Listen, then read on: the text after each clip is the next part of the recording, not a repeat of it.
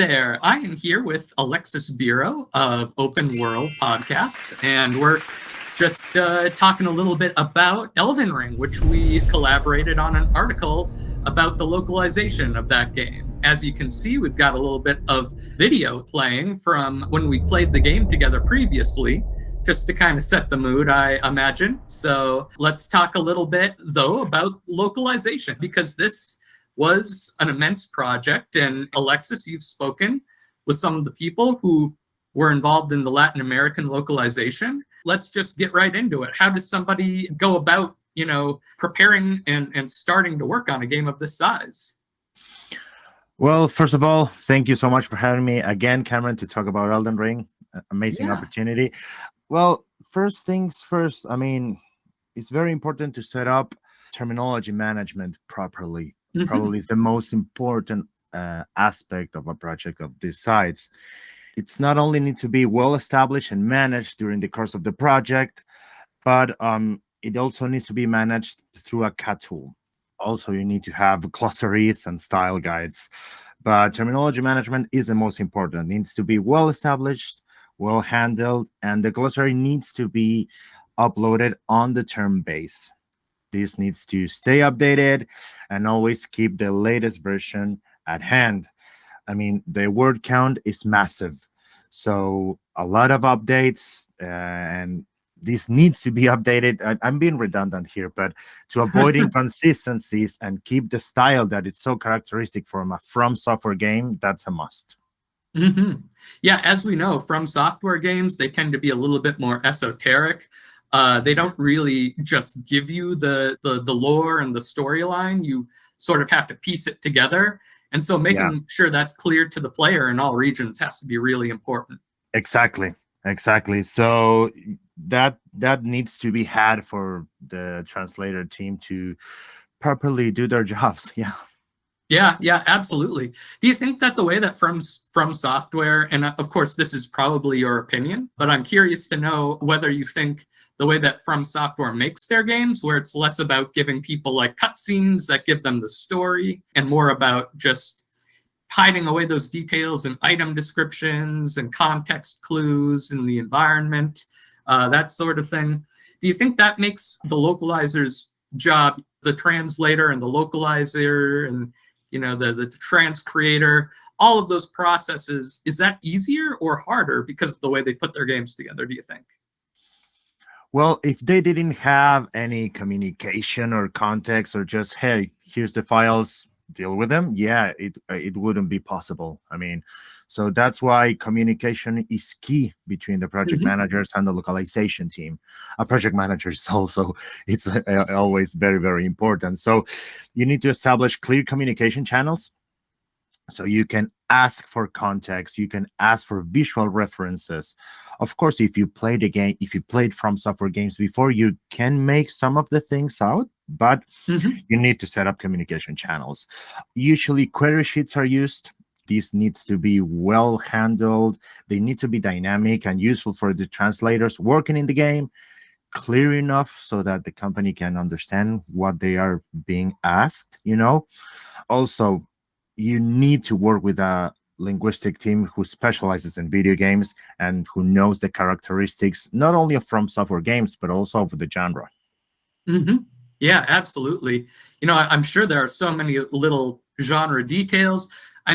With Elden Ring, it's an interesting example because you have a game that's basically the preeminent example of a whole subgenre that's sprung up around From Software games, where so many people have taken their inspiration from this developer to make similar games. And, there are certain player expectations that come with that, and understanding that, I'm sure, is important even for localization. A Souls-like from the company who pretty much invented the genre. And they have hardcore fans. Here we are working with their games, but totally. Absolutely. So that's really interesting stuff. And we've both played this game a lot by this point. It's been out. It's been out for several months now. So we've had a lot of time to really dig into it. I know that I've beaten it once, almost have beaten it on the second playthrough. So it's a big event for us. I know that you've played it, though, unlike myself, in both English and Latin American Spanish. Yeah. And you've been able to observe some fairly interesting localization choices, I guess, made between the two different versions of the game. We talk about that in our article, which you can check out in the August issue of MultiLingual. But let's go over it here in the video, just so more people can hear about, just some of the interesting choices that were made when bringing this game to a different region. Of course. I mean, me being a bilingual gamer, it's like nowadays you have these games that are extremely well localized in different languages, and me personally, I'm kind of a geek, so I like to check like different scenes, cut scenes, names, how things were changed. And then as we talked about in the article, I can give my 2 cents as to why some choices were made. I would think that the one that interested me the most, that just on the initial cutscene, it's Queen Marika's name. Most of the world will know her as Queen Marika the Eternal, the ruler of the lands between and everything. But it was very interesting. I start all my games in English first, just because I'm a millennial. I'm a 90s kid, and the games were usually in English way back then. So it's kind of like the way I started them. But when I switched to Latin American Spanish, and also for the sake of our article, I noticed that the Queen Marika in Latin American Spanish, her name was changed to Marida. I mean, it's not in the voiceover, right? It's not in the voice, but it is in the subtitles. Okay. So this is kind of interesting, because in many parts of Latin America, the word marica, with a stress on the I, right? It's usually a term used to refer to homosexual men in many parts of South America. So in my opinion, like, to preserve the status of the Queen Marika, the Queen Eternal and everything, and for the lore's sake and for the immersive experience of the players not to be taken from that, from that focus, for a name, for one letter, I believe that they chose to call her Marida, which is it has nothing to do with that connotation, with that other word. Yeah. And that's totally understandable. You don't want to distract a player with something that might be a cultural slang term, Exactly, or interpreted as such. So, exactly. I mean, and in the European version, this didn't happen because, hey, maybe in Spain they don't see it that way, and that's okay too. I mean, you need people who can catch those little things, to guarantee an immersive experience for gamers. Yeah, and that's why, having people with a deep knowledge of the regions is so important. It's that's the type of thing that gets companies into some PR trouble from time to time, when you don't have anybody who understands the region and the culture and the slang and all of these little details. Yeah, you can get into some hot water pretty quickly. And even if you don't localize with a knowledgeable team for a certain market, and you just ship it to another market who, hey, well, they speak the same language, no, that can get you into trouble as well, without even delving in the Latam Spanish localization for this example, right? But no, you need to be extra careful. Yeah, absolutely. And you can see here in the video that we captured several weeks ago, we're going through doing some multiplayer. I know that later on we can talk about the first boss who we fight later on. Before we get to that one, though, the whole game is kind of premised around the shattering of the Elden Ring, which sends this world into kind of chaos, where all the natural laws of life and death and all of these processes are disrupted because of it. And that was also another term that you caught. That was an interesting change in the Latin American Spanish version. Yeah, I mean, I didn't found anything truly controversial here, but it caught I my don't think eye. so. Yeah. It caught my eye that the shattering of the Elden Ring, right? We're talking about a ring here, okay? Hmm. Just so something so small as a ring to be shattered, okay. But in English, to call it a devastation for Hmm. something so small as a ring might be kind of, I don't know, not quite appropriate, you know? Hmm. But in Latin American Spanish, they localized the shattering as the devastación, la devastación of the Elden Ring, the devastation, which, I mean, it's not the most literal translation that you could use, but at the same time, with this, as you put it, these esoteric terms and magic that the From Software games have, it really was a devastation, wasn't it? I mean, you see this world that, I mean, life and death are blurred, and you just keep dying and keep coming back to life, and you visit these worlds um, in the lands between, and then you go someplace else and you visit the same area again, but it's almost like if it's alive. So I pretty much love the fact that they call it the devastation. I mean, it was really spot on. It was localized, clearly, not translated. And I, as a Latin American player, I loved it.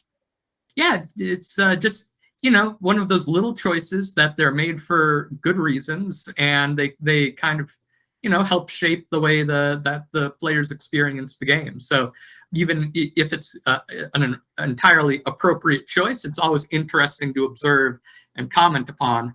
And this is perfect timing because here on the video we've gotten to our first attempt at Margit, the To fellow Omen. our You can friend, oh see my that. God, that's me rushing in, Yes. right? Yeah, yeah, that's you rushing in. And you can see we've got the English language on screen right now. But of course, boss fights are always one of the most anticipated things about any From Software game. They always do an amazing job. This is Mhm. probably the first boss that you're going to fight in the game. And here again, we've got an interesting example of a small discrepancy between the English and Latin American Spanish versions, but one that is also made for very interesting cultural reasons. Yeah, I mean, that's another thing that I caught because when I was playing as I said in English, okay, the fellow man, okay, I can see why he's called a fellow man and everything. Just when you continue moving with the story and everything, and you know about the omens and everything. But when I switched to Latin American Spanish, I noticed that um, the word that they chose wasn't like the literal translation for omen, but in fact it was el aojo, which is the evil eye, to give Mm. someone the evil eye, this notion of giving someone the evil eye. But this didn't happen in Spanish from Spain. They left it as el augurio cruel, which augurio is pretty much an omen, you know. Mhm. I think that when you know a bit further about Margit's story, about what omens are in the game and everything, it makes sense for us Latin Americans Mhm. to have such an impactful first boss, such a such an in-your-face menace. That when you get to him, that he's been watching you all along. Ever since that you spoke with the first man with the white mask and everything, he was watching you, and his job is to ensure that you don't pass. It's like Gandalf with the Balrog. It's Yeah. you're up to here. So um he's been giving you the evil eye all along, so it's pretty much an omen of what's coming for you at the same time. I don't know, I Mhm. found it very interesting because they could have just left it augurio cruel. I mean, it fits, but at the same time, it's an amazing localization choice for the market. I mean, at least me as an Argentinian, I used to get like the evil eye cured, you would say, with some sort of string, and this lady would come take a look at you and heal you. So yeah, I personally loved it. It's like flashes of, is this guy giving me the evil eye? It's something rooted to your culture to some Right. Yeah. extent. I think we in America have a sense of this too. My understanding, based on how you describe it, is it's much more culturally ingrained and it's much more pronounced. Whereas it's just sort of a concept that we're aware of in America, and that's only my perception of it. But Yeah, it's interesting to see how some of these things have a much greater significance depending on where you go. Just talking about this though, and watching some of the footage that we've collected here, it does kind of renew that excitement for the game. It's just absolutely a masterpiece. So much thought and care and love from the people at From Software to everyone who worked on every aspect of the localization effort. This has been localized into more than a dozen languages. So, yeah, so much care and love went into this game. You can see it just in the way that it made such a splash in the industry, really shook up the whole video game landscape. And man, you don't get stories like that very often. So it must have been just fantastic for the people who were able to work on it. I can imagine so. And the fact that we are here talking about this game that, if it's not a game of the year, then I don't know. A lot of great titles have come up in 2022, but it set a new standard for Souls-like games and for games to come. I started playing Souls games with Bloodborne actually on my PS4. That was I still considered it a masterpiece, but the castle that's being built with the From Software games, it's like we have this amazing game, and I'm still interested in seeing what will they come up with next, because how can you improve something like this, Rumor has it their next game is already complete, and it's not not complete, but almost complete. And it's not even announced yet. So who knows what it could be? I guess we'll find out, and when the time is right. We'll find out. Yeah. All right. Alexis, thank you so much for having this conversation with me. I'm sure we'll be talking again soon. I'm sure. I can't wait. Thank you.